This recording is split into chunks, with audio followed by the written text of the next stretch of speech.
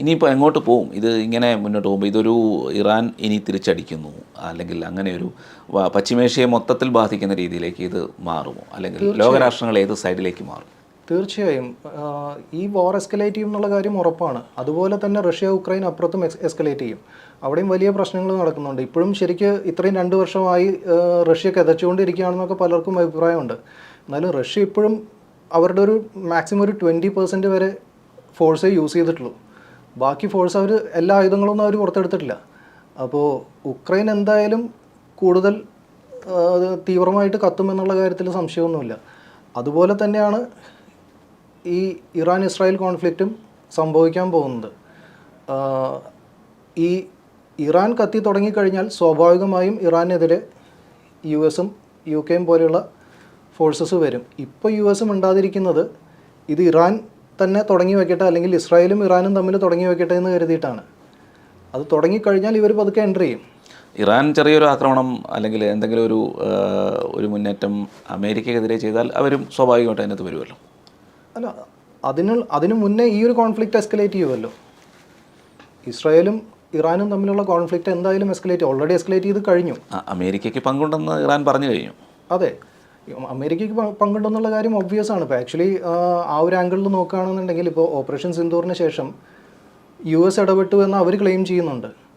അവർക്ക് അതിനുശേഷം പാകിസ്ഥാനിലുള്ള താല്പര്യം അവർ തന്നെ എക്സ്പ്രസ് ചെയ്തിട്ടുള്ളതാണ്. ഇപ്പം സൈനികാഭ്യാസത്തിന് വിളിക്കുന്നു, പിന്നെ മറ്റ് സാമ്പത്തിക പിന്തുണ കൊടുക്കുന്നു. ഇപ്പോൾ $2 മില്യൺ മറ്റോ 2 മില്യണോ ബില്യണോ എനിക്ക് ഓർമ്മയില്ല, മറ്റോ ക്രിപ്റ്റോ കറൻസി ഡീല് വന്നിട്ടുണ്ട് ട്രംപായിട്ട്. അതെ. അപ്പോൾ ഇതെല്ലാം കാണിക്കുന്നത് ഈ ഇസ്രായേൽ ഇറാൻ വാർ എസ്കലേറ്റ് ചെയ്ത് കഴിഞ്ഞാൽ അവർക്ക് ഇറാനെതിരെ ആക്രമിക്കാൻ വേണ്ടിയിട്ട്, അല്ലെങ്കിൽ ഇറാനെതിരെ നീക്കം നടത്താൻ വേണ്ടിയിട്ട് ഒരു ബേസ് വേണം. ആ ബേസായിട്ട് അവർ കാണുന്നത് പാകിസ്ഥാനെയാണ്. അപ്പോൾ പാകിസ്ഥാനിലേക്ക് എന്തായാലും US-ൻ്റെ ഒരു മൂവ്മെൻറ്റ് ഉണ്ടാവും അധികം വിദൂരമല്ലാത്ത ഭാവിയിൽ. അങ്ങനെ വരുമ്പോൾ അത് ഇന്ത്യയെ ബാധിക്കുന്ന രീതിയിലേക്ക് മാറില്ലേ? തീർച്ചയായും കൺസേണിങ് ആയിട്ടുള്ളൊരു ഫാക്ടർ തന്നെയാണ്. പക്ഷേ US-ൻ്റെ താല്പര്യം എന്ന് പറഞ്ഞു കഴിഞ്ഞാൽ അവിടുന്ന് അങ്ങോട്ട് പടിഞ്ഞാട്ട് ആക്രമിക്കുക എന്നുള്ളതാണ്. ഇന്ത്യ ആക്രമിക്കുക എന്നുള്ളത് തൽക്കാലം അവരുടെ പ്രയോറിറ്റി അല്ല. അതുകൊണ്ട് ഒരു ചെറിയ ആശ്വാസം എന്ന് പറയാൻ പറ്റില്ല, എന്നാലും അങ്ങനെ ഒരു മാറ്റം ഇപ്പോൾ അമേരിക്ക പാകിസ്ഥാൻ കേന്ദ്രമാക്കി ഇറാനെ ആക്രമിച്ചു എന്ന് വെക്കുക. അപ്പോൾ ഇറാൻ തിരിച്ച് പാകിസ്ഥാനെ ആക്രമിക്കുന്ന രീതിയിലേക്ക് കാര്യങ്ങൾ മാറില്ലേ? തീർച്ചയായും അവിടെ ഒരു കോൺഫ്ലിക്റ്റ് എന്തായാലും വരും, സംശയമില്ലാത്ത കാര്യമാണ്. പിന്നെ അവിടുന്ന് വടക്കോട്ടുള്ള കാര്യം നോക്കുക. ഇപ്പോൾ US പാകിസ്ഥാനിൽ വന്നു എന്ന് വിചാരിക്കൂ.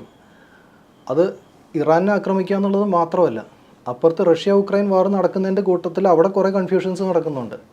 ഇപ്പോൾ റഷ്യയുടെ ഒരു സാമന്ത രാജ്യം പോലെ, അല്ലെങ്കിൽ ഒരു പ്രോക്സി പോലെ നിൽക്കുന്ന ഒരു രാജ്യമാണ് തൊട്ട് പടിഞ്ഞാറ് കിടക്കുന്ന ബെലാറസ്.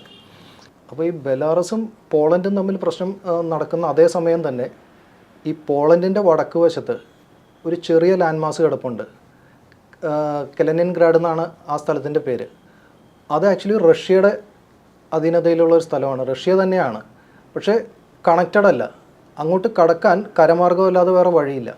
അപ്പോൾ ഇവർക്ക് വരണമെന്നുണ്ടെങ്കിൽ ഇവരുടെ പ്രോക്സി ആയിട്ടുള്ള ബെലാറസ് വഴി വന്ന് ഈ പോളണ്ടിൻ്റെയും അതേപോലെ ലിത്വാനിയയുടെയും ബോർഡർ വഴി ഒരു പാസ് ഉണ്ടാക്കിയിട്ട് ആ പാസിൽ കൂടെ പോകാൻ പറ്റുള്ളൂ. നമ്മളുടെ ചിക്കൻ നെക്ക് പോലെ.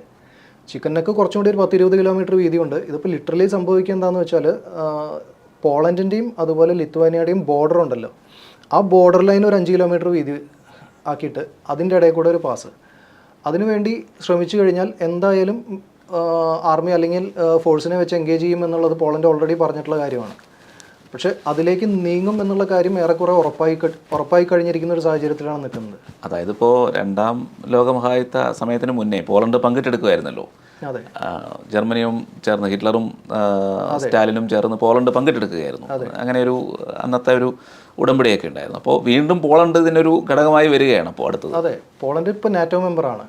ഓ, അപ്പോൾ വീണ്ടും പഴയ യുദ്ധങ്ങൾ 1999 മുതലോ മറ്റോ പോളണ്ട് നാറ്റോ മെമ്പറാണ്. അപ്പോൾ സ്വാഭാവികമായിട്ടും പോളണ്ട് നാറ്റോ മെമ്പർ ആയതുകൊണ്ട് ഇപ്പുറത്ത് ഈ ബെലാറസിനെ സംബന്ധിച്ചിടത്തോളം അവരുടെ അതിർത്തി പ്രശ്നം നിലനിൽക്കുന്നതുകൊണ്ട് അവർ എന്തായാലും റഷ്യൻ പക്ഷത്തെ നിൽക്കാൻ പറ്റുള്ളൂ. ഒരു എന്താ പറയുക, അങ്ങോട്ടും ഇങ്ങോട്ടും ചാഞ്ചാടാനുള്ള ചാൻസ് വളരെ കുറവാണ്. അപ്പോൾ ഈ എസ്കലേഷൻ വന്നു കഴിഞ്ഞാൽ എൻറ്റയർ നാറ്റോ ട്രിഗർ ചെയ്യും. നാറ്റോ എന്ന് പറഞ്ഞാൽ 32 രാജ്യമാണ്. 32 രാജ്യങ്ങളും കൂടിയിട്ട് അവരുടെ മൊത്തം ബഡ്ജറ്റിൻ്റെ എന്ന് വെച്ചാൽ ഓരോ രാജ്യങ്ങളുടെയും ബഡ്ജറ്റിൻ്റെ 2% വീതം നാറ്റോയുടെ ഡെവലപ്മെൻറ്റിന് വേണ്ടി ഓരോ വർഷം ഡെഡിക്കേറ്റ് ചെയ്തുകൊണ്ടിരിക്കുന്നുണ്ട്. അത്രയും വലിയൊരു ഫോഴ്സ് എൻഗേജ് ചെയ്യുമ്പോൾ ഇപ്പുറത്ത് റഷ്യ ബെലാറസ് സഖ്യം ആക്രമണം നേരിടും. ആക്രമണം നേരിട്ട് കഴിഞ്ഞാൽ ഇപ്പുറത്ത് പുതിയ സംഭവ വികാസം എന്താണെന്ന് വെച്ചാൽ ബ്രിക്സ് ഉണ്ട്. ബ്രിക്സിന് എൻഗേജ് ചെയ്യാതെ പറ്റില്ല.